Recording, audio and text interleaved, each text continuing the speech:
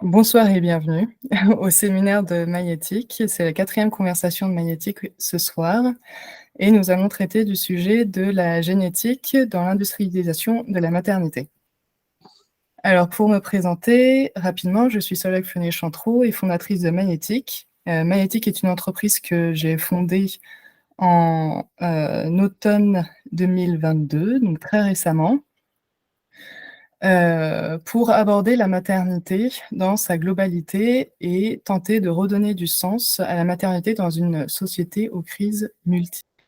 C'est pourquoi j'ai créé Maïéthique, qui offre un espace de réflexion et d'échange pour penser la maternité sous toutes ses formes et proposer aux filles et aux femmes de la société de demain une maternité humaine, entière, continue et intégrée à l'identité féminine.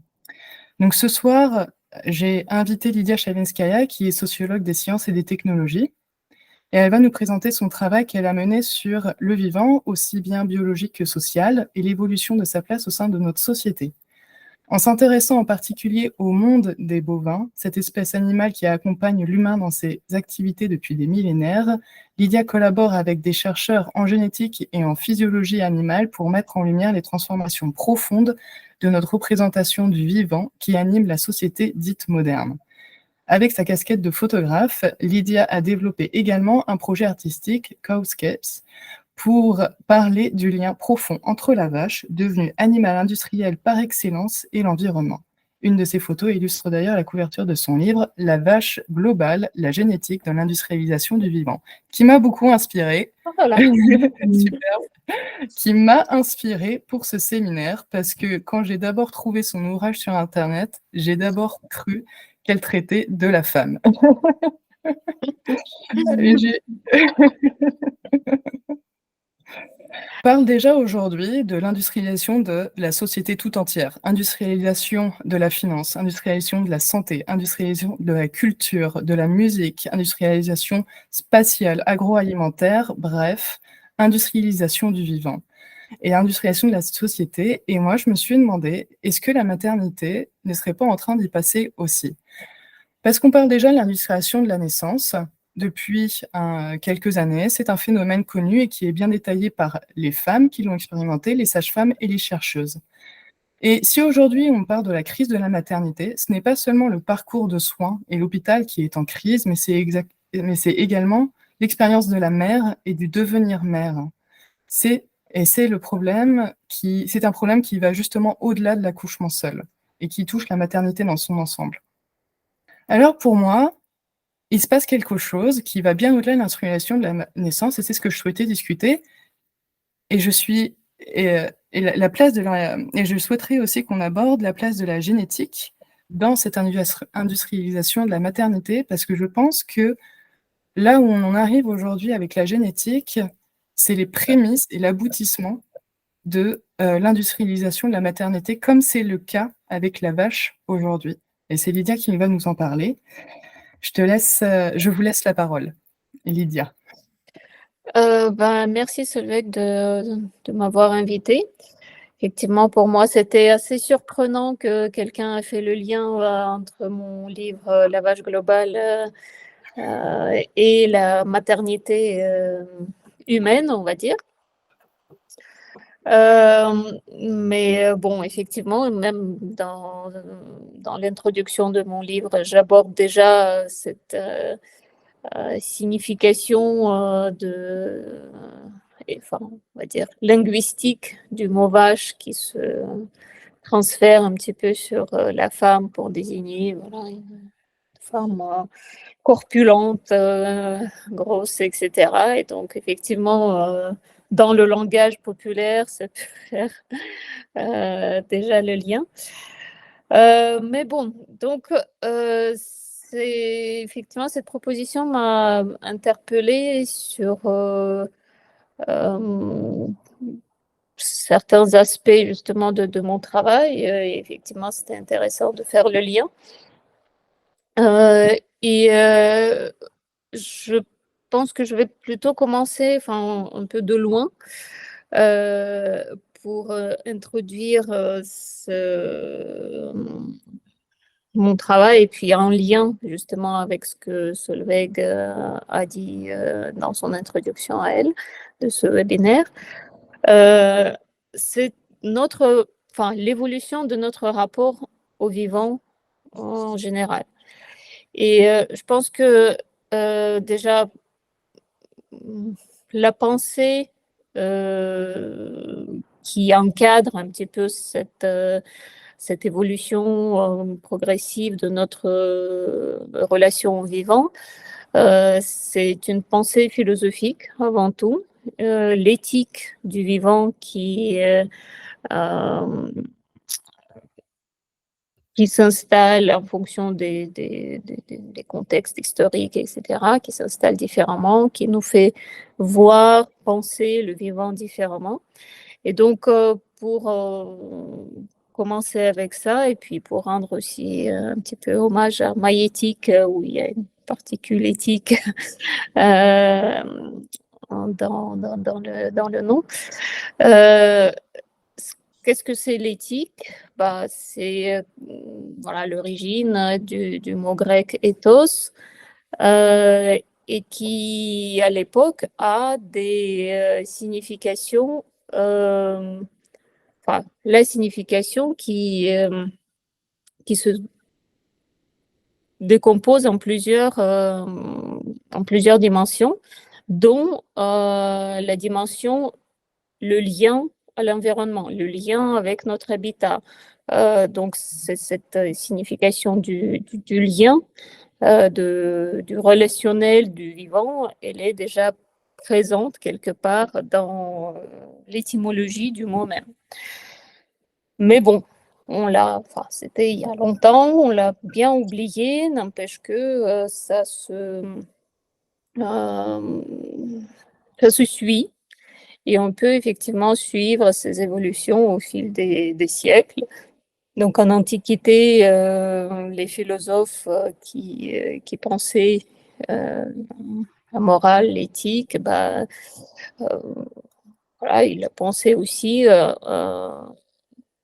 en lien entre l'humain, l'être pensant, etc., et puis le reste du vivant. Et en fait, ce lien, au fur et à mesure, il disparaît. Donc, on s'oppose quelque part, on oppose l'humain au reste des sphères de la vie.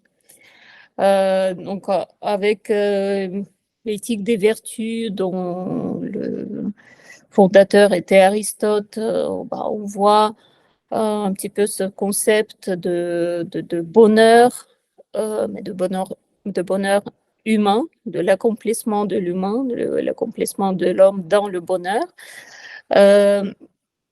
Même si, voilà, ce lien à l'environnement, parce que s'il s'accomplit en tant que homme heureux, en accord avec son habitat, avec son environnement de vie. Lydia, Ensuite, avec... Oui, si je peux me permettre d'ajouter, oui, bien sûr. oui, donc pour reprendre, Aristote avait en effet cette vision de l'éthique qui était liée au monde, mais aussi à la métaphysique. Mhm. Donc tous les êtres sont connectés, n'est-ce pas? Voilà, il y a cette connexion, mais il y a en même temps une opposition de l'humain. C'est l'homme, c'est celui qui a un sens dans sa vie, qui a un objectif, qui a un but. Et le but, c'est l'accomplissement dans le bonheur. Les Mm. autres êtres vivants, comme les plantes et les animaux, ils se distinguent de l'humain. C'est justement, eux, ils vivent juste pour vivre. Enfin, en gros, ils ne mettent pas de sens dans leur vie. L'homme, en différence, euh, pareil, il essaie de trouver ce sens, et ce sens est la recherche du bonheur. Ensuite, le bonheur, voilà, il n'y a pas de bonheur universel. Et les philosophes d'Antiquité, ils en étaient assez conscients. Donc, Aristote notamment, il accorde beaucoup euh, d'importance à la différence entre les personnes, à les caractères propres à chaque personne, à chaque humain. Et donc, il dit que l'homme bon est celui qui réalise bien sa fonction en lien avec son habitat. Et donc, comme chacun a des liens différents, qui tisse des liens différents, bah, le bonheur, du coup, il est aussi différent pour chacun. Ensuite, avec l'arrivée du christianisme, enfin, je simplifie beaucoup, c'est très schématique, sinon on va rentrer dans des discussions très très longues, c'est très philosophique. Mais donc avec l'arrivée du christianisme, bah, il y a une instance supérieure qui apparaît, qui est donc Dieu, qui est, on va dire, celui qui dicte la morale, qu'est-ce qui est bien, qu'est-ce qui n'est pas bien. Et puis, dans la croyance, il y a aussi le fait que l'humain, l'homme, possède une âme, ce que les autres êtres vivants ne possèdent pas. Donc, il y a cette distinction qui se creuse davantage encore. C'est que euh, les, euh, les animaux, les plantes, bah, ils n'ont pas d'âme, donc ils sont inférieurs à l'homme. Et donc là, en plus, avec le début de la rationalisation de la pensée, Descartes, le fameux, nous enseigne que les animaux et les autres êtres vivants, par l'humain, bah, ce sont comme des machines. Et on peut les voir, les penser en tant que les machines, et on peut les traiter en tant que les machines. Donc, voilà, ce fossé entre l'homme et les autres êtres vivants bah, se creuse encore plus. Ensuite, avec les Lumières, la philosophie qui se développe aussi dans ces siècles-là, on voit le retour de l'individualisation. Donc, il y a, voilà, oui, il y a plus d'instances supérieures qui dictent, qui dictent la norme, qu'est-ce qui est bien, qu'est-ce qui n'est pas bien. Et donc, dans la pensée éthique, on voit par exemple chez Kant cette réindividualisation de la morale sous l'égide du devoir, de la responsabilité individuelle. Et donc, on voit l'apparition de cette pensée que l'humain, enfin l'homme, est responsable des autres êtres vivants. Ça prendra du temps, bien évidemment, à s'installer. C'est comme tout, c'est pas du jour au lendemain. Et ensuite, cette individualisation de la société prend, voilà, prend de la force, enfin, ça continue. Et on voit dans la pensée déjà plus contemporaine cette apparition de la maîtrise de la morale individuelle chez les humains, et puis la montée en rationalisation de tout ça, et notamment la rationalisation de notre lien au vivant, qui, la science, elle devient un nouveau repère éthique, et éthique devient un petit peu en lien avec ce qui est vrai, ce qui est réel, ce qui est factuel, ce qui est objectif et en quelque sorte universel, comme la science l'entend. Donc, voilà, ensuite, on peut citer différents mouvements éthiques, enfin, différents courants de pensée éthique qui nous placent justement, voilà, en lien avec la vie. Donc, il y a le déontologisme qui promeut la bonne action. Il y a le conséquentialisme qui parle plutôt des conséquences de nos actes. Donc, du coup, est-ce que si la conséquence est bonne, bah, l'acte en soi, même s'il n'est pas moral, bah, il peut être considéré comme légitime. Et puis, on arrive à ce courant qui nous intéresse davantage, qui est l'utilitarisme. Et donc, l'utilitarisme, il concilie un petit peu les deux, le déontologisme et le conséquentialisme. Et avec l'utilitarisme, on voit toujours cette distinction entre l'humain, sa recherche du bonheur, qui nous provient de la philosophie des philosophes antiques avec l'éthique des vertus, etc.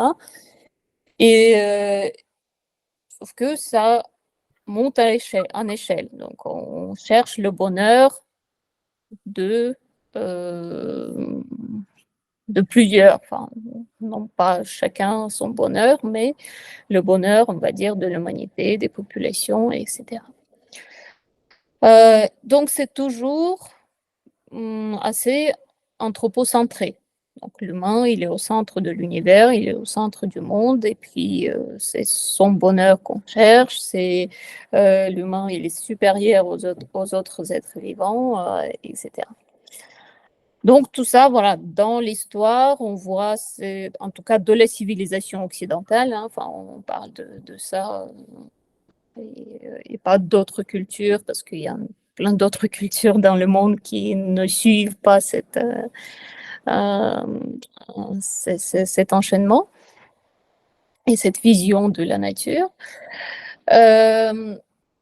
Donc, on arrive un petit peu à cette utilisation du vivant pour le bonheur humain. Et qu'est-ce que le bonheur humain dans notre société? Ah bah, c'est le bonheur, un petit peu la prospérité économique, c'est la richesse, c'est le profit, c'est un petit peu, voilà, tout ce qui est, euh, qui, tout ce qui relève, on va dire, de la primauté économique dans la vision de notre société. Et donc, on voit cette mise en économie aussi de la vie. On voit à partir du XVIIIe siècle, effectivement, ces théories économiques sur le progrès sans fin de William Goldwyn, par exemple. Ensuite, en même temps, Thomas Malthus, bah, il nous met en garde sur cette croissance sans fin, sans limite, en disant que bah, la population elle grandit trop vite, bah, il faut la réguler aussi, sinon on n'atteindra pas justement ce bonheur économique avec le progrès. Et puis, un petit peu plus tard, il y a un biologiste qui se met aussi dans cette mouvance de réflexion de croissance, Raymond Pearl, et qui dit qu'en fait, toute croissance est en matière biologique, de la biologie en tant que science. Et lui expérimente sur les mouches drosophiles mis dans le bocal pour voir finalement quels sont les mécanismes de régulation de la population dans des conditions contraintes, de l'espace contraint, des ressources contraintes, etc. Et la finalité de toutes ces réflexions, et notamment donc avec Raymond Pearl qui nous présente, enfin moi j'aurais voulu le projeter, mais je n'ai pas réussi. Donc cette courbe en S de l'équilibre de la croissance de la population, et puis quand elle est contrainte par les disponibilités des ressources, bah, du coup la croissance ralentit. Donc, c'est d'où la courbe un petit peu en S. Et donc, c'est devenu un petit peu cet objectif de trouver justement, chercher cet équilibre. Et donc, pour arriver à une croissance quand même toujours dynamique dans l'ensemble, donc faire croître la population et faire croître la disponibilité des ressources pour pouvoir nourrir cette population grandissante. Excusez-moi, je vais juste allumer peut-être un peu de la lumière.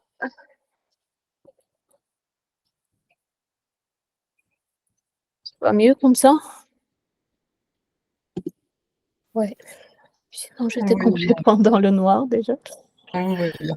Pas de souci. Donc, où en étais-je? À Pearl. Ouais, à Pearl. Donc, on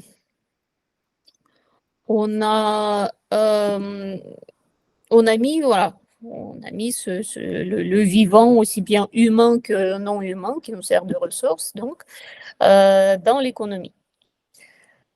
Donc en fait, si je comprends bien, on commence aussi à calculer. Donc on calcule les ressources pour les mettre au service de la population. Voilà, exactement. Ouais, Donc, le en problème de fait, l'approvisionnement se pose. exactement. Donc, on commence à quantifier tout. Et effectivement, c'est la science, on quantifie déjà avec la science économique qui se met, qui se développe de plus en plus. Donc, la mise en équivalence de tout sous la métrique monétaire, hein, enfin, on traduit tout hein, en valeur économique. Et, euh, et on voit finalement que la politique devient de plus en plus, justement, comme l'a appelé Michel Foucault, par la biopolitique. Donc, c'est-à-dire que le pouvoir est exercé non plus sur les territoires comme voilà, dans le sens commun de la politique, qui est la géopolitique euh, auparavant, ça se complète par l'action politique sur les corps vivants, aussi bien individuellement que dans le collectif, dans la mise en population. Donc l'intervention politique sur la vie devient quelque chose vraiment de primordial dans notre société occidentale, on va dire, qui va devenir société développée, industrialisée, etc. La pensée éthique aussi suit cette mouvance. Et donc, avec la rationalisation de tout, bah, effectivement, ça participe à la rationalisation de notre relation au vivant, au calcul, en, en, en mise en quantité, en nombre, en permanence, etc. Et différentes politiques, effectivement, comme des politiques publiques, on peut les citer. Les politiques de natalité, de contrôle de la démographie d'une part, et puis d'autre part, les politiques qui motivent la production des ressources, ça, ça progresse.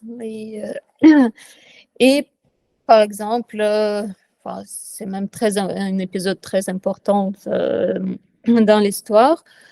En Angleterre victorienne, on connaît donc ce cousin de Darwin, qui est Francis Galton, qui est fondateur de la discipline scientifique qui s'appelle à l'époque la biométrie, et qui devient la discipline, on va dire, qui a justifié, qui a fait se développer, enfin, on va dire dans la mouvance mutuelle, la politique de l'eugénisme. Donc, on mesure tout être humain pour savoir quel être humain est idéal, comment on peut améliorer, comment on peut sélectionner la population bah, pour atteindre le bonheur de l'humanité, le bonheur universel. Et c'est en parallèle, effectivement, avec les méthodes aussi qui s'étaient développées auparavant, enfin, peu de temps avant, dans la sélection animale, par notamment Robert Beckwell, qui était aussi le contemporain de Francis Galton, etc., et qui a vraiment développé la doctrine de la sélection animale, qui était basée aussi sur des méthodes biométriques, etc. Donc, c'était un développement, la sélection animale et la sélection humaine allaient de pair. Bon, ensuite, comme on le sait, on a un petit peu essayé de bannir l'eugénisme de notre société humaine. Et par contre, donc, toutes les compétences biométriques se sont retrouvées dans la sphère de la production des ressources. Donc, la sélection animale, la sélection végétale sont basées sur la discipline qui se développe de plus en plus, qui est la génétique quantitative dans la lignée directe de la biométrie. On mesure, on fait des statistiques avec et on croise avec les données génétiques qui deviennent disponibles avec le développement de la génétique à partir des travaux de Mendel, etc.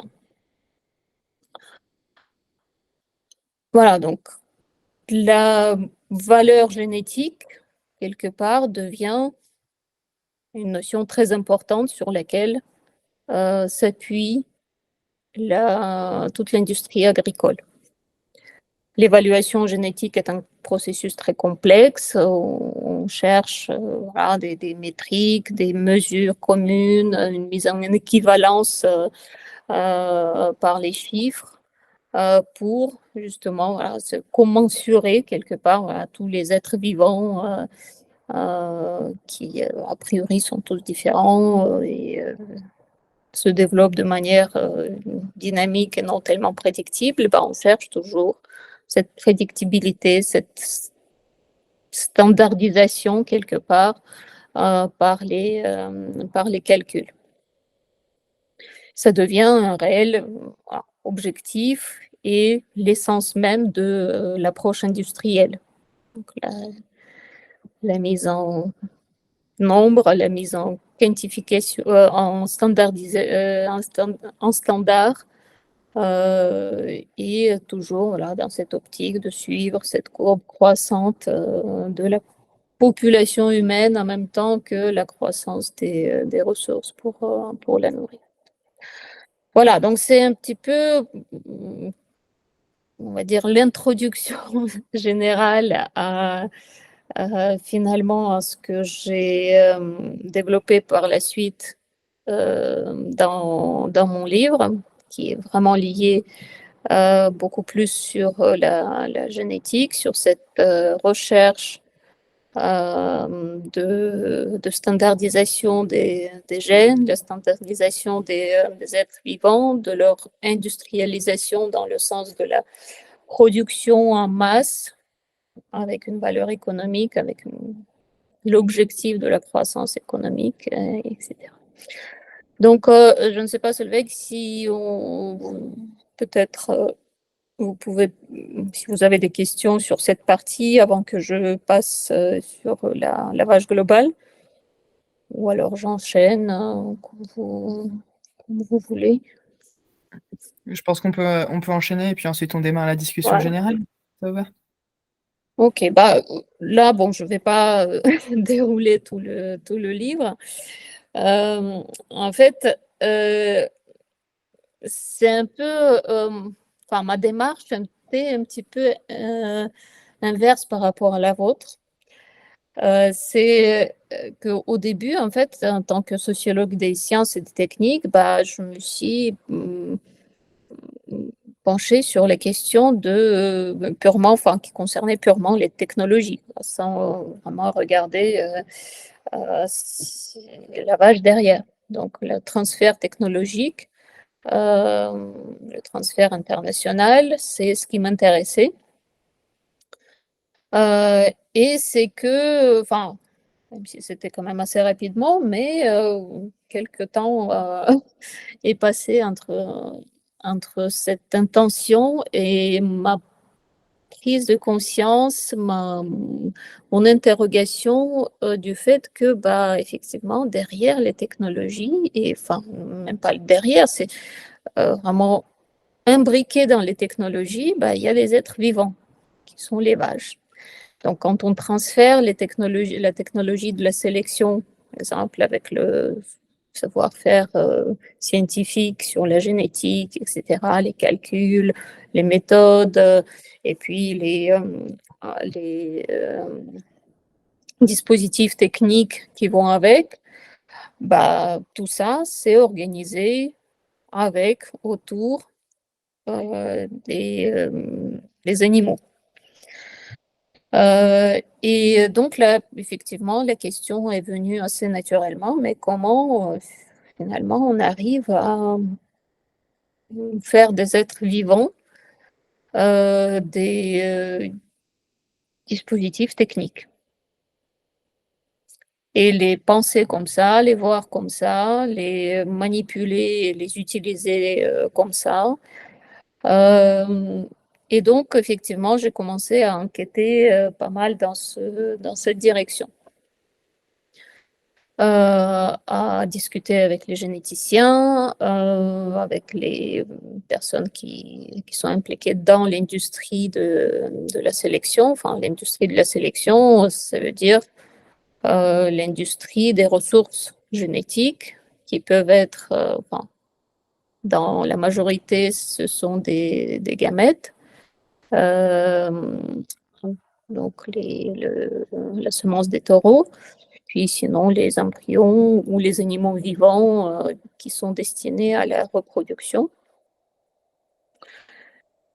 Et effectivement, voilà, j'étais assez surprise du fait que très peu parmi ces gens-là sont conscients du fait qu'ils travaillent en fait avec du vivant. En fait, l'objectif de l'industrie, effectivement, c'est de voir ce vivant en tant que matière inerte qu'on peut standardiser et qu'on peut diffuser partout dans le monde sans aucune contrainte et avec un objectif de, du profit économique, quoi. Bon, ensuite, voilà, il y a des choses parmi les généticiens, en travaillant vraiment de très près avec eux pour comprendre un petit peu leur métier, pour comprendre qu'est-ce qu'ils manipulent comme technique, comme données, comme chiffres, etc. Les modèles mathématiques, comment ils les conçoivent, etc. pour justement ces opérations calculatoires. Et effectivement, il y a pas mal de nuances qu'on peut mettre en avant et que la science, finalement, n'est pas seulement au service de l'industrie, mais aussi, elle essaie en permanence comment dire, de remettre l'industrie un petit peu sur le chemin pour qu'on puisse considérer qu'on travaille comme finalement avec la matière vivante qui est dynamique, qui est pas toujours prédictible, etc. Et donc, c'est au travers de certains modèles mathématiques utilisés dans la génétique quantitative qu'on arrive, parfois non, a démontré que on ne peut pas considérer les vaches comme la matière inerte, comme juste les parties d'un dispositif technologique, comme des marchandises, etc. Il y a un lien à l'environnement qui, malgré tous les calculs qu'on peut effectuer, malgré toute la rationalisation et les tentatives de standardisation, le lien à l'environnement, il est là, il est présent, il est détectable et il faut en tenir compte, notamment pour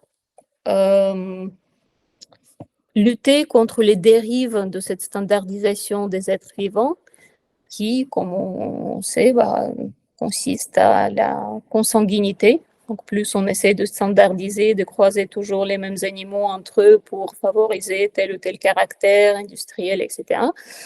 Et on arrive à cette consanguinité qui fait que la population elle devient menacée dans son existence parce qu'il n'y a plus de variabilité génétique pour pallier les changements, les mutations ou l'influence des facteurs extérieurs comme les maladies, le climat, etc. Et donc, finalement, voilà, ce manque de variabilité fait que la population peut arriver à sa fin assez rapidement. Ces changements deviennent assez délétères. Voilà, donc c'est un peu, mon livre était finalement assez scientifique, même si j'ai essayé de le rendre, on va dire, plus accessible à un public interdisciplinaire. Donc, ça me fait plaisir que vous avez pu le consulter et en tirer quelque chose utile pour vous, intéressant. Donc, voilà, je vous propose, si vous avez des questions par rapport à ça, de les aborder. Et puis, ensuite, on fera le lien avec le sujet qui nous préoccupe actuellement, qui nous préoccupe dans ce webinaire, qui est l'industrialisation de la maternité. Oui. Vanina, est-ce que tu souhaites dire quelque chose? Est-ce que tu souhaites... Moi, j'ai trouvé ça frappant quand on parle de l'industrialisation du vivant. Le fait que ça s'applique très bien à l'accouchement, le fait qu'on essaye de faire en sorte que les accouchements soient prédictibles et qu'il y a tout un tas de données, il y a tout un tas de marches à suivre, il y a tout un tas d'interventions qui sont proposées ou forcées aux femmes après un certain nombre d'heures. Si le col ne s'ouvre pas d'un centimètre par heure, là maintenant il faut utiliser l'oxytocine synthétique pour la faire accoucher. Et puis là, non, là elle a passé 41 semaines de grossesse, donc il va falloir faire un déclenchement parce que c'est pas possible. Et je trouve que voilà, par rapport à l'accouchement, les conséquences sont dramatiques pour les mères et les bébés parce que c'est beaucoup d'interventions qui sont pas nécessaires et puis ça cause beaucoup de traumas, sous prétexte de sauver des vies, parce qu'on dit, oui, mais quand même, l'hôpital, c'est quand même plus sûr pour les mamans et pour les bébés. Mais bon, moi, personnellement, avec mon expérience de doula, je trouve que cette industrialisation, c'est du sabotage, en fait, du processus naturel du vivant, comme vous dites, qui n'est pas toujours prédictible. Mais en fait, il y a un espèce de refus de laisser les femmes accoucher parce que justement c'est pas prédictible et voilà, et on veut plus prendre de risques, on veut plus laisser faire la nature, on respecte pas la nature, on ne fait pas confiance à la nature. Voilà, tout doit être standardisé et contrôlé. Et contrôlé, et c'est terrible. Et je pense que bon, par rapport aux vaches, tout ça, je trouve ça on leur nie j'allais dire leur humanité, elles sont pas humaines les vaches, mais leur animalité, ouais. Leur animalité, quoi, c'est ça. je pense que d'une certaine manière, si ça nous touche, c'est que c'est pas il y a plus que ça. Oui, ça relève du vivant, finalement. C'est, Ouais, heu, si c'est pas notre humanité, je pense que d'une certaine manière, si, on s'en rend bien compte. Heu Mmh. je trouve, Lydia, que, ce qui est extraordinaire dans votre livre, c'est la manière dont vous avez réussi à détricoter tout le processus d'industrialisation de la vache.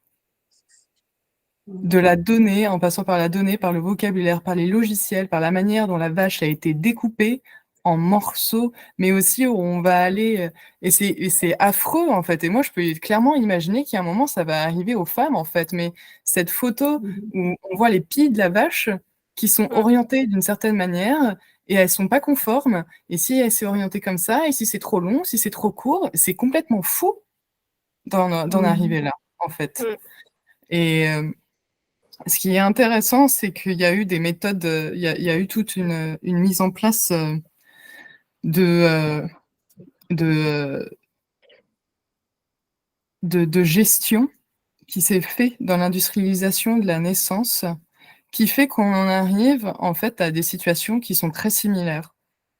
Alors, c'est vrai que dans le milieu de la naissance, il y a le discours médical, techniciste et opérationnaliste qui, accompagné de l'économie libérale, a mis en place, heu tout un système de gestion où tout va être, économisé, compté, standardisé, fragmenté, calculé, pour éviter des gâchis de temps et d'argent,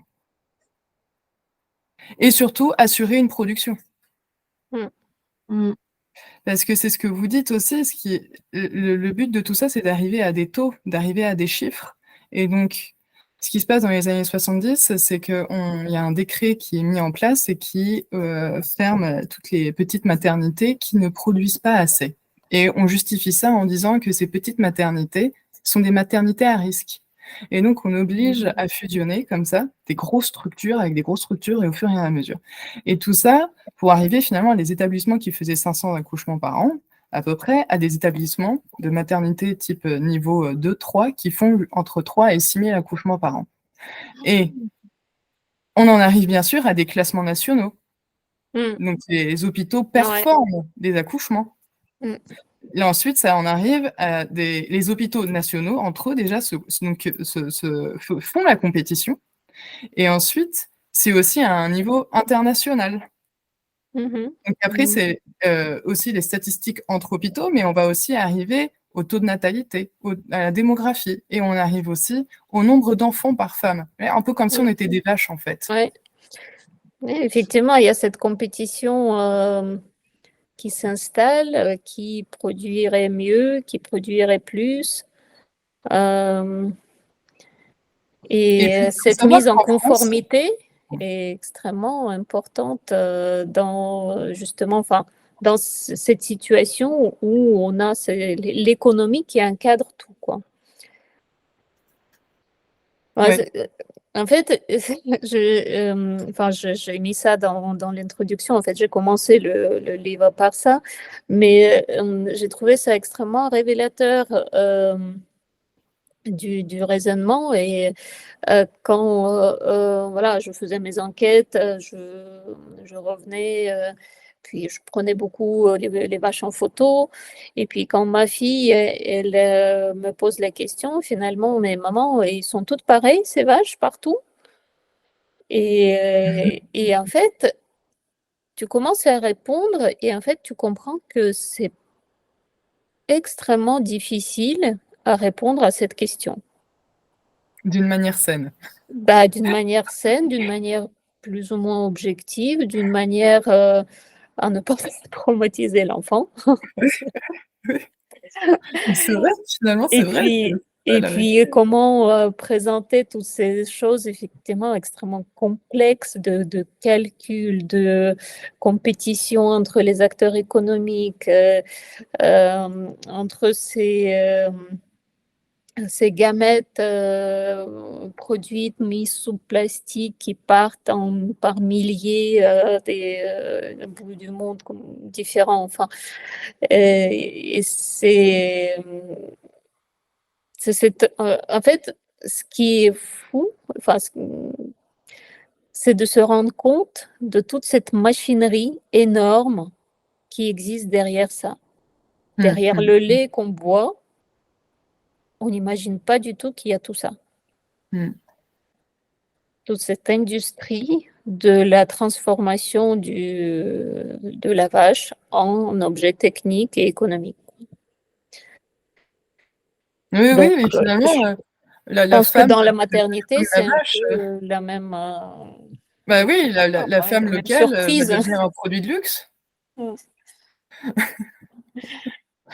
Et cette surprise de, effectivement, quand on parle de donner la naissance à un enfant, bah, on se pose pas tellement la question sur, voilà, qu'est-ce qui existe derrière tout ça. Et comme vous l'avez présenté tout à l'heure, cette mise en chiffres, en nombre, la compétition qui s'installe, tous les objets techniques qui commencent à encadrer et être intermédiaires de l'accouchement, de la maternité, etc. Enfin, quand on commence à y penser, c'est impressionnant. Oui, c'est vertigineux, en fait, Mhm. même. J'ai trouvé une définition de l'industrialisation que j'ai trouvée, elle est très neutre, mais c'est tellement parlant et en fait, je voudrais, la partager. C'est une définition en 3 paragraphes. Alors, de base, j'étais partie pour faire des rapprochements avec l'accouchement, donc on peut le faire et puis, ensuite on pourra peut-être aborder la question, génétique. Alors, donc c'est une définition qui vient d'un site qui s'appelle, Industriellement, donc qui fait de l'information pour l'industrie et il propose une définition de l'industrialisation que j'ai trouvée intéressante. Alors, l'industrialisation se définit comme un processus de remplacement ou de transformation de moyens et de méthodes de production en vue d'une plus grande efficacité de production et d'une production de masse. Mhm. Alors, moi, j'avais fait le rapprochement avec justement cette méthode de gestion privée qui était développée dans les entreprises japonaises, le Lean Management, et qui s'est développée partout dans le monde et dans le secteur public. C'est-à-dire que le secteur public s'est retrouvé aussi à être géré comme une entreprise. C'est pour ça qu'aujourd'hui, on peut parler d'État-entreprise et les politiciens sont transformés en managers. Et on retrouve ça dans l'hôpital. Ce qui est très intéressant, c'est que c'est les conséquences du lean management dans l'hôpital a aussi été analysé et je voudrais vous lire ça parce que je trouve que c'est très, très percutant. La conséquence du lean management appliqué au processus humain est la fragmentation du soin, la chosification du soin et du personnel soignant et des soignés en réduisant les individus à leurs compétences. Les individus sont soit instrumentalisés pour l'atteinte de l'objectif, soit rendus incompétents et non productifs.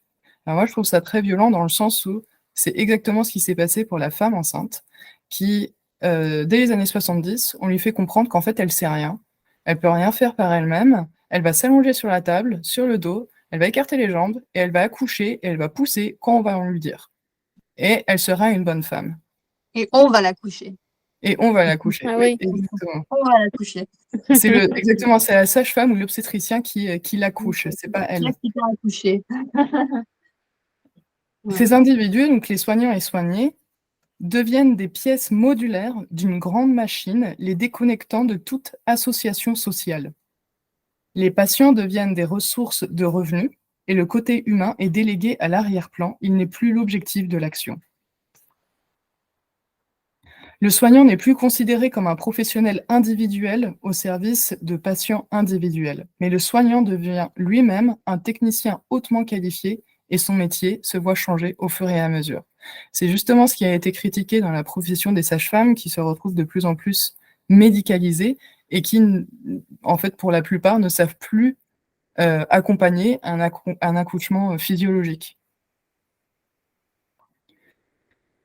Et alors, je trouve Donc, que ce que la vous appelez déconnexion accouchement physiologique, c'est l'accouchement.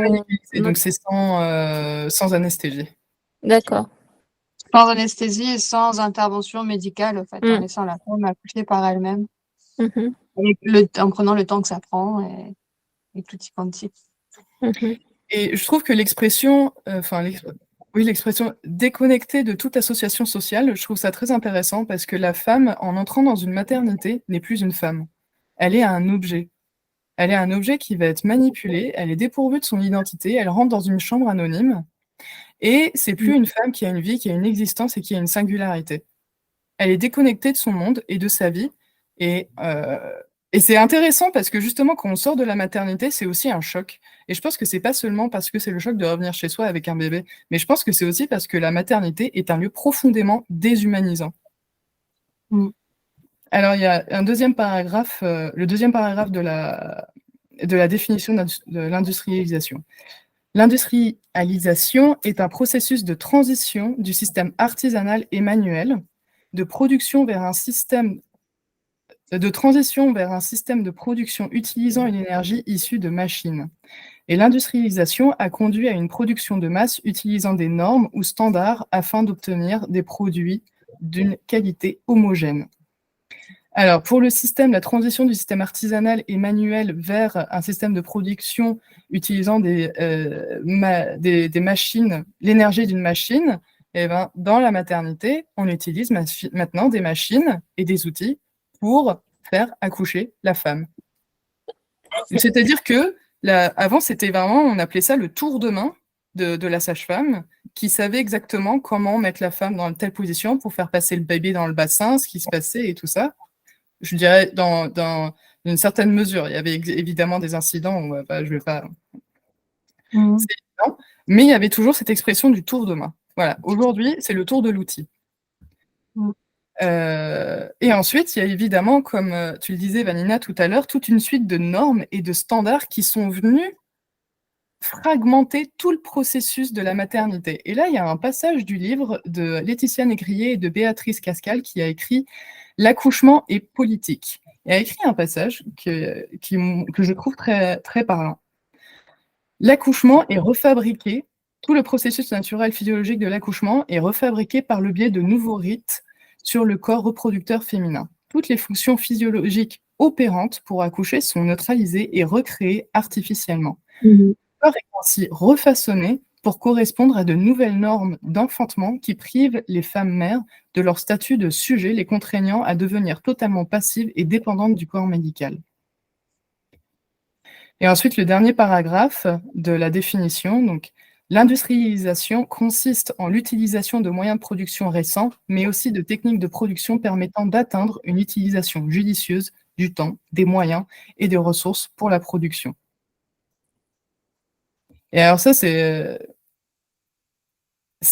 pense que c'est sidérant pour tout le monde parce que on sait très bien que il y a 80% des accouchements qui sont normaux et qui pourraient être menés normalement sans une seule intervention, sans un seul coup, pour n'importe quel établissement. Et qui vraiment... et ces trois paragraphes sur l'industrialisation, je trouve que ça résume très bien l'idée d'une maternité usine. Et l'aboutissement, je trouve, de l'industrialisation de la maternité, ça va au-delà de... Ça va jusqu'à la génétique parce que maintenant, on inclut dans cette maternité usine la génétique avec le diagnostic préimplantatoire. Il y a évidemment les autres techniques d'assistance à la procréation. Et aujourd'hui, celle qui pose le plus... aujourd'hui, celle qu'on adresse. Les autres ont des enjeux éthiques et tout ça, mais celle qu'on adresse aujourd'hui, en effet, c'est la génétique. C'était aussi ce que vous aviez adressé dans le livre. Donc, le diagnostic préimplantatoire, ça se passe donc avec la FIV et la fécondation in vitro, donc avec des stockages de gamètes dans des banques et tout ça, et avec la sélection génétique, qui est aujourd'hui beaucoup plus performante que ça l'était il y a quelques années. Avec la sélection génétique, donc il suffit de séquencer le génome pour ensuite aller voir si un couple est porteur, c'est l'exemple typique qui a justifié le diagnostic préimplantatoire, c'était d'aller voir dans le génome des parents s'il y avait une maladie rare transmissible et incurable. Donc il y avait ces conditions-là. Dans certains pays, alors il y a eu... il y a une restriction, mais la dérive, c'est qu'en effet, dans d'autres pays et surtout aux États-Unis où c'est permis, c'est que maintenant, il y a des parents qui ont demandé le séquençage automatiquement. Avant même de savoir s'ils avaient des maladies, transmissibles et ça et finalement, c'est même plus ce qui les intéresse. C'est-à-dire que grâce à ça, ils vont aussi pouvoir sélectionner, une fille ou un garçon. Et en effet, on arrive sur des catalogues qui finalement vont vous décrire le bébé de demain et c'est le designer babies. Et alors aujourd'hui, il y a déjà des entreprises qui créent ce business-là. Donc c'est des millions de dollars. Et là, on en revient à l'industrie du vivant et de la vache. Donc c'est-à-dire qu'on se retrouve avec des semences qui voyagent au travers du monde, qui créent tout un business pour une nouvelle industrie et une femme qui se retrouve dépossédée de son corps. On ajoute en plus l'utérus artificiel, ça crée, une perspective très intéressante. C'était assez drôle parce que quand je faisais mes enquêtes, donc je faisais les recherches sur internet, des informations sur les banques de semences de bovins, mais forcément par ces mots-clés, je suis tombée sur des sites, des biobanques, de la semence humaine. Et ensuite, voilà, enfin la publicité ciblée, j'ai commencé à recevoir la publicité des procréateurs potentiels pour donc avec le descriptif des candidats qui pourraient m'intéresser, me convenir, etc. Donc avec les paramètres assez précisément définis. Et j'ai appris par cette occasion que en fait les banques les biobanques ne prennent plus, ou en tout cas, enfin certaines ne prennent plus, d'autres prennent moins, la sperme des hommes roux. C'est hallucinant. Les roux, en gros, bah, ils sont pas très populaires chez les femmes, de par, voilà, enfin que c'est connu par, voilà, enfin c'est stéréotypé en tout cas que les roux, ils ont, enfin la couleur rousse des cheveux est souvent liée à des différentes maladies, les anomalies physiologiques. Et puis, de toute façon, le roux, bah, voilà, c'est rare dans la société, donc c'est un objet de stigmatisation. Donc, les femmes ne veulent pas avoir d'enfants roux pour toutes ces raisons-là. Et donc, ils sont bannis de l'industrie des biobanques. Et il n'y a pas eu de, poursuite, pour discrimination ou Bah, eugénisme? je n'ai pas posé. Littéralement. Je n'ai pas entendu parler, en tout cas. Ouais, et ce que je trouve intéressant aussi avec, cette course à la génétique, je pense, mais c'est aussi, à la modification de l'embryon, c'est qu'en fait, d'une certaine manière, c'est déjà là. Donc il y a déjà eu des expériences, sur 3, sur 3 enfants. Donc il y en a 2 qui sont nés jumelles, Nana et Lulu, et c'est des expériences qui ont été menées, juste après le développement de la technologie CRISPR-Cas9 qui a permis la modification du génome d'une manière beaucoup plus, rapide et efficace et peu coûteuse. Et alors même si la communauté internationale a mis, un moratoire sur la modification du génome transmissible, c'est quand même intéressant que finalement dans certains, discours, de chercheurs et même sur la communauté internationale scientifique, le but n'est pas un moratoire, permanent. C'est-à-dire que tant que la technologie en fait, tant que la technologie n'est pas suffisamment sûre et qu'on est certain qu'il va pas y avoir, d'erreur dans la modification du génome, on va pas autoriser, de faire ces recherches. Mais pourtant, au Royaume-Uni, c'est autorisé dans des cas, très stricts avec des conditions qu'ils doivent respecter beaucoup. Mais c'est déjà la question est déjà ouverte finalement et moi je me demande s'il y a pas une sorte de prophétie autoréalisatrice qui va finalement nous amener dans quelques années, peut-être 20 ans, le temps que cette technologie sera suffisamment développée et certaine, qui va nous amener justement à modifier les embryons et à créer des enfants, hors utérus, en fait, et dans les utérus artificiels. Et du coup, ce qui aussi, moi, me gêne, c'est que finalement, c'est le scientifique qui se prend un peu pour la femme, pour Dieu, allez savoir, et qui va accoucher des bébés en laboratoire. De plus en plus, j'ai l'impression que la maternité est beaucoup véhiculée comme un poids chez les femmes, qu'il y a d'un côté, parce que ça vient avec quand même, avec le message de la génétique, il y a quand même ce qui vient justifier ces parents qui viennent transmettre des maladies aux enfants, ces parents qui viennent transmettre des imperfections, après qui viennent causer des problèmes pour la société.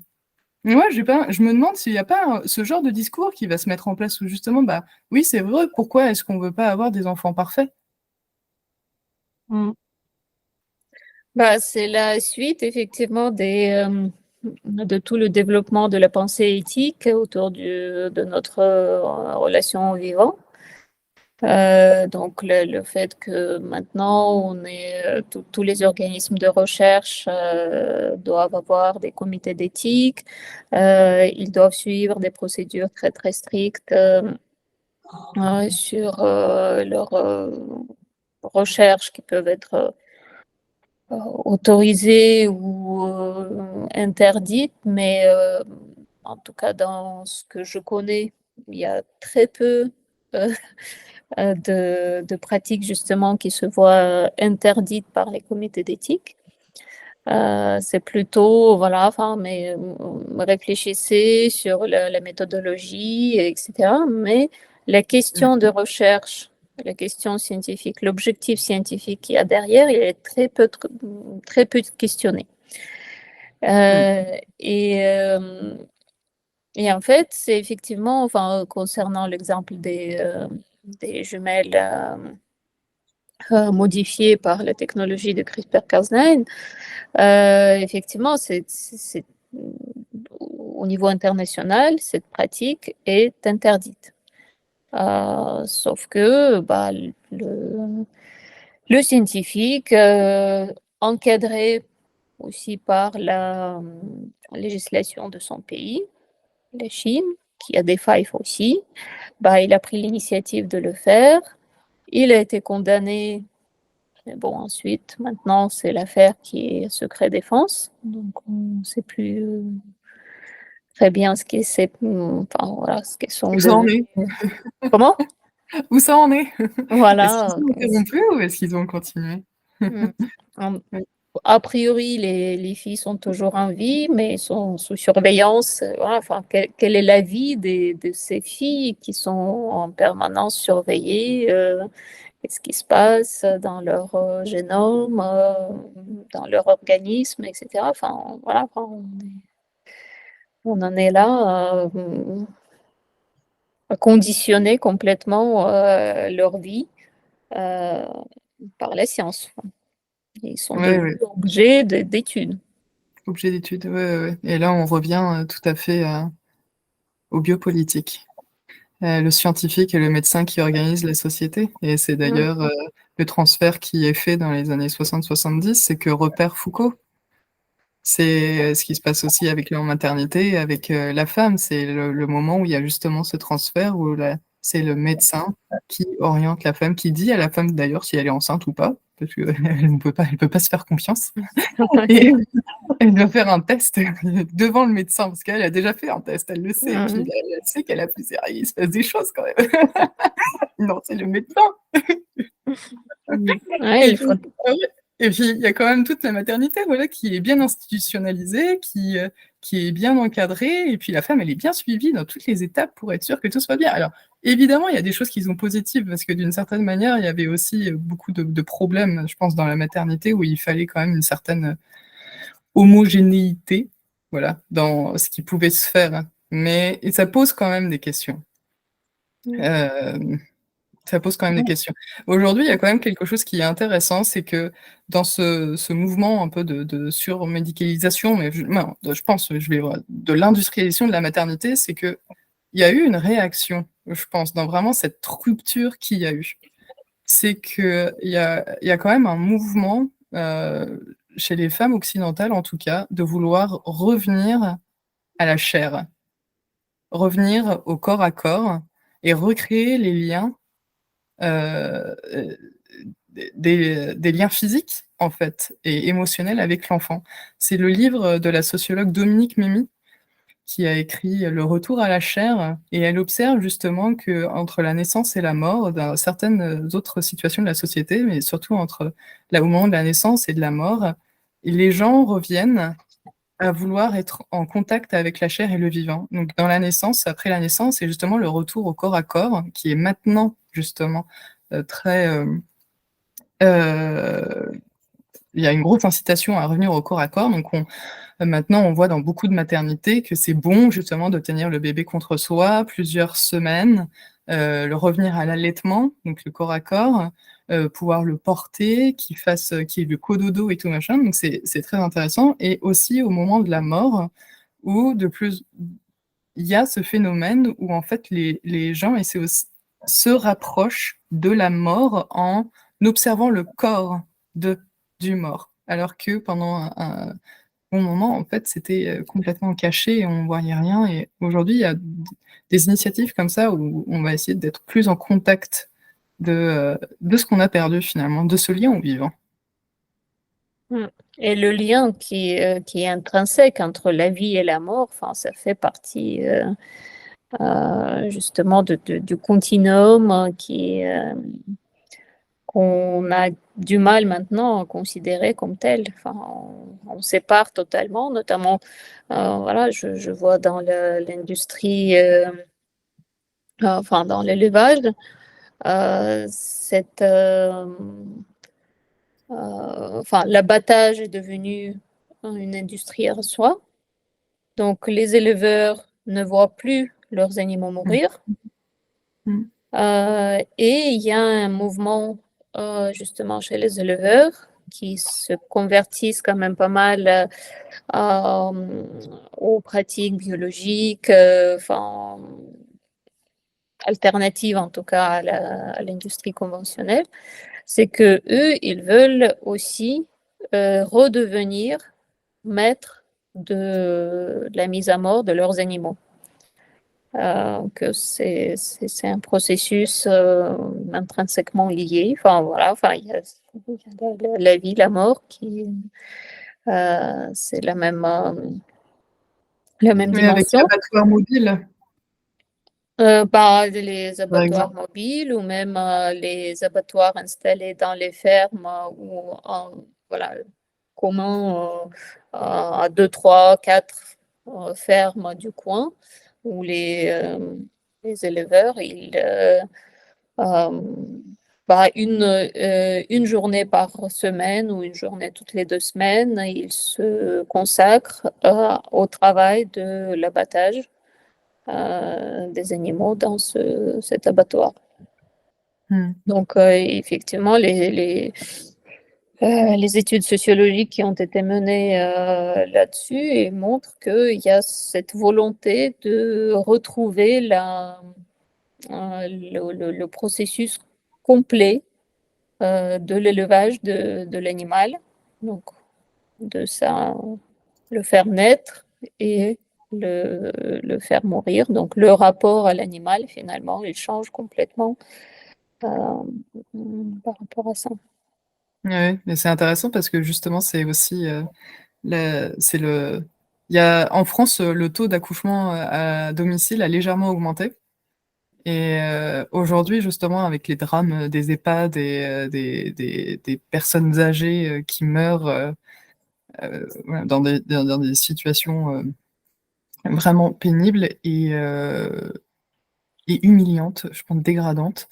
Il y a justement cette demande d'un retour au droit à mourir chez soi, Mhm. avec dignité. Mmh.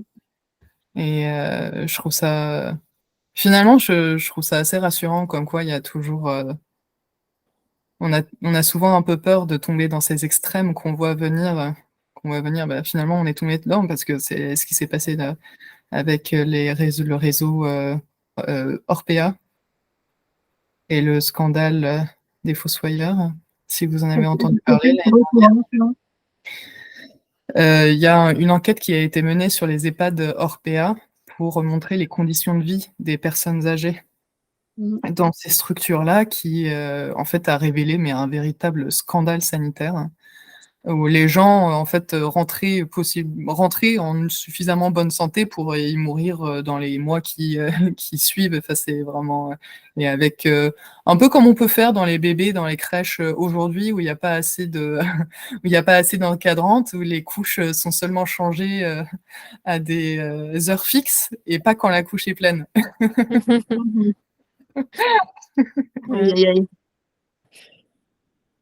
Voilà. Moi, il y a quand même quelque chose qu'on n'a pas évoqué, et je sais pas comment on dit en français, c'est le surrogacy. Surrogacy, quand une femme se fait payer pour être enceinte et ensuite vend le bébé, quoi. Oui, la GPA. C'est un aspect ultra violent de l'industrialisation, en fait, parce que la femme.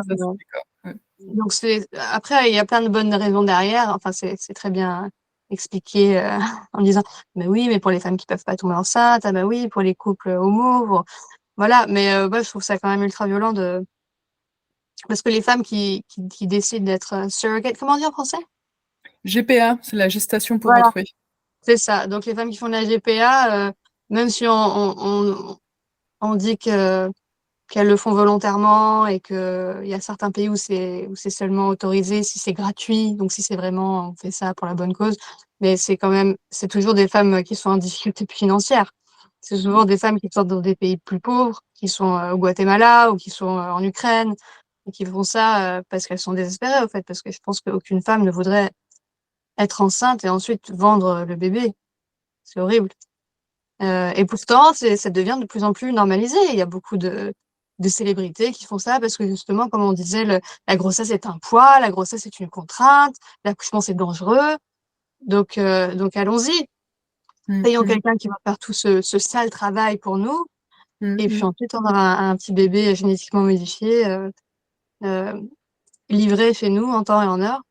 Évidemment, les accouchements de ces grossesses-là sont très souvent des césariennes, parce qu'on refuse de prendre le risque de faire un accouchement par voie basse, parce qu'il y a des risques, on ne sait pas comment ça va terminer, donc hop, césarienne.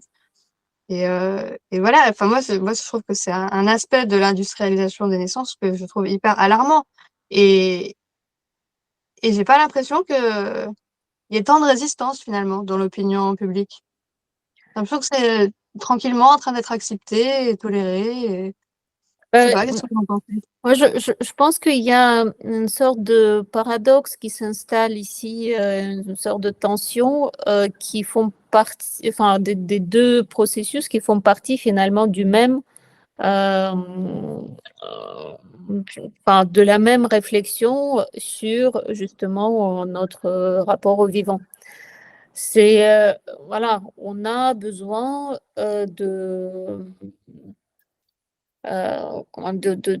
d'accepter quelque part au sein de la société humaine, voilà, les individus qui sont homosexuels, qui font partie aussi de la vie, c'est très bien, donc il faut quand même, ils ont leur droit à l'existence parmi les autres, donc, etc. Et effectivement, il y a le débat qui s'installe, mais enfin, s'ils qui font partie de la société, ils doivent avoir les mêmes droits, et donc le droit à la maternité, enfin paternité, etc. Et comment faire? Donc il y a parce que c'est le même débat que de permettre aux hommes d'être enceintes, en fait. Pour moi, c'est la même chose. C'est une absurdité. Enfin, on peut contester, on peut ne pas être d'accord, mais pour moi, on revient justement à des appropriations, en fait, des compétences, des facultés de la femme qui nous appartiennent. Je dirais même que on dissociait la femme et la maternité finalement. Comment? C'est comme si on dissociait la femme et l'enfant, la femme et la maternité, et que voilà, la maternité, c'est un droit pour tous. Oui, Mais exactement. La maternité en est un fait, droit c'est comme le droit à facile. l'enfant. Femme, j'ai eu mes enfants, j'ai vécu mes grossesses, j'ai vécu mes accouchements, donc c'est facile pour moi de dire ça parce que c'est un problème que j'aurai jamais, d'être un homme qui veut avoir des enfants et qui peut pas. Donc je sais qu'il y a un biais, évidemment, mais quand même. Mais ce qui se passe en fait avec, l'industrialisation de la maternité et l'industrialisation de la naissance plus particulièrement, c'est qu'en fait, on en vient à des unités de production. Donc en fait, Mmh. la femme en elle-même n'est plus si intéressante, elle est plus indispensable et c'est ça ce qui est en train aussi de C'est de se passer. La femme est plus indispensable, c'est une unité de production. ouais. Mmh.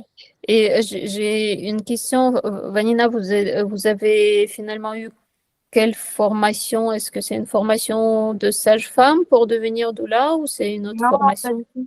Non, c'est beaucoup plus court. Enfin, moi, ma formation, à la base, je suis ostéopathe et prof de yoga. Hmm, Et la formation de doula, c'est très court, hein. Ça se passe sur quelques week-ends. Après, il y a des livres à lire, tout ça, mais c'est très, très léger. d'accord, ok. On Mais est- je me pose en fait la question, comment on forme les sages-femmes, les gynécos pour justement l'accouchement, et etc. C'est sur on a un quel cursus de ça. modèle? Bah, c'est le modèle académique, médical. Donc, en Suède, moi, j'habite en Suède. Euh, pour devenir sage-femme, il faut d'abord faire des études d'infirmière. Donc, 3 ans c'est quoi, c'est une licence, on dit en français? C'est un bachelor. Ouais. Donc, Mhm. 3 ans d'études d'infirmière et ensuite 1 an et demi de spécialisation pour devenir sage-femme au niveau master. Donc, Non, mais voilà. la question que je me pose, en fait, la pratique de Mm, l'accouchement, mm, parce que, enfin, c'est le lien un petit peu à ce que je décris dans mon livre, notamment, voilà, on voit ici cette photo où, en gros, la vache, elle est réduite à son arrière, donc mhm, son vagin. C'est ouais, comme ça qu'on apprend pour l'insémination. l'insémination artificielle. Ouais. Mm, Donc, en gros, voilà, enfin, on représente, et ça, ce modèle-là, il a été mis en place au 19e siècle, il a quasiment pas mhm, changé, quoi. Enfin, mhm, c'est un modèle qui est présent dans les centres d'insémination artificielle, dans les écoles où on apprend le métier, mhm, en gros, c'est représentatif de comment on voit la vache. Il y a mhm, c'est une machine à, enfin, pour qu'elle produise du lait, il faut qu'elle mette bas. mhm. Donc, il faut qu'elle soit gestante, enfin, il faut l'inséminer, etc. Et donc, c'est que sa partie euh, arrière Génital. Ouais, qui est intéressant. Mm, qui prend de la valeur, quoi. Enfin, sinon, mm, le reste, on s'en fiche totalement. S'il y mm, a la tête, les yeux, le nez, enfin, mm. les pattes. Ouais, malheureusement, c'est très similaire dans l'approche obstétrique de la naissance, parce que comme on disait précédemment, on considère que la femme est une machine qui doit suivre certains rythmes, certaines normes, et il y a tout un tas d'outils qui ont été développés, sûrement à la même époque d'ailleurs. Donc les forceps, les ventouses, les étriers dans lesquels les femmes mettaient les pieds pour avoir les pieds en l'air, tout ça qui sont absolument pas nécessaire, sauf dans des cas très rares. Quand on laisse la femme bouger pendant l'accouchement, par exemple. Donc, si on la laisse se mettre sur les mains et les pieds, si on la laisse se tourner sur le côté, si on l'écoute, la femme ressent les mouvements du bébé et peut assister à la descente du bébé pendant l'accouchement. Mais parce qu'on considère que la femme doit être accouchée, donc on la force à rester allongée sur le dos avec les pieds en l'air. Et donc, on a besoin de tous ces outils en métal, tous les forceps, toutes ces choses-là en fait, on crée des problèmes en empêchant la femme de bouger librement ou en sabotant l'accouchement quelque part, en lui faisant perdre confiance en elle, en lui disant que l'information vient de l'extérieur, elle vient des machines, elle vient comment on dit, CTG, la CTG belt. Le Enfin, tout un monitoring. tas ouais, le monitoring, voilà. Donc, c'est le Mm. monitoring qui va donner l'information à la femme sur le bien-être du bébé, sur le rythme cardiaque. Donc, la femme, au lieu de s'écouter elle-même, de savoir, OK, mon bébé va bien, ou là, il y a quelque chose qui va pas. Voilà, toute l'information va venir de l'extérieur. Et, euh, et voilà, et malheureusement, les sages-femmes que j'ai croisées quand j'ai été présente pendant les accouchements, elles se souciaient pas trop de ce qu'il y avait écrit sur la lettre de naissance avec les souhaits de la femme qui allait accoucher. Elles se souciaient pas trop de l'opinion de la femme sur la manière dont elle voulait accoucher. Et voilà, elles étaient assez hostiles par rapport à moi aussi, parce que elles considéraient que j'étais sur leur territoire et que donc j'allais les empêcher de faire ce qu'elles voulaient.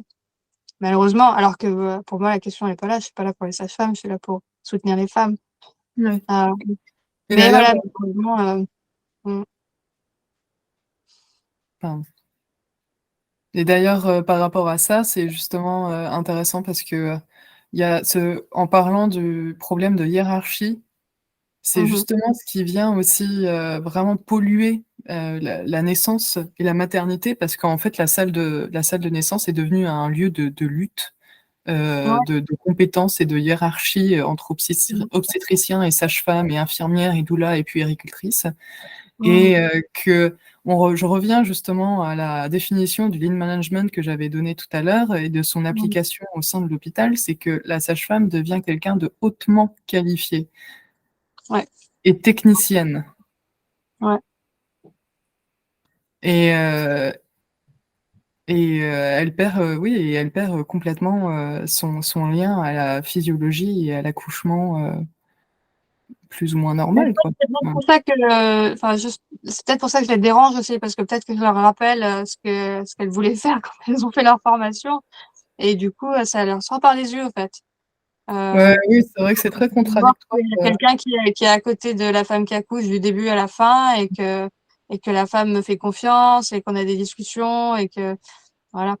Et elles ne font qu'entrer et sortir. Et là, le dernier accouchement que j'ai fait, la dernière cliente avec qui j'étais, elle voulait pas prendre de gaz hilarant, ça lui faisait mal à la gorge, elle aimait pas. Et malgré ça, la sage-femme, à chaque fois qu'elle rentrait, en fait, c'est comme si elle avait aucun autre outil pour l'aider. Donc elle l'a forcée à prendre du gaz, en fait. À chaque fois qu'elle rentrait, elle dit mais prenez du gaz, mais allez-y. Elle dit non, mais vraiment, non, mais allez-y. Et elle lui mettait le gaz sur le visage, quoi. Le masque sur le visage. Et je trouvais ça tellement triste, parce que il y a tellement d'autres manières d'aider quelqu'un qui est en détresse, en fait. Et des choses tellement simples et tellement naturelles, comme juste de parler, de toucher, de prendre le temps, de poser des questions, de rassurer. Enfin, il y a plein de choses qu'on peut faire pour aider quelqu'un. Et cette pauvre sage-femme, tout ce qu'elle pouvait faire, c'était lui dire, bon, bah, prenez du gaz, prenez encore du gaz, prenez encore du gaz. C'est parce qu'elles n'ont pas le temps de. Ouais, mais je pense Elles qu'elles n'ont n'ont pas pas le le temps. temps de Pas forcément les elles ont pas compétences le temps non de se plus, quoi. poser. Donc, la formation est devenue très médicalisée.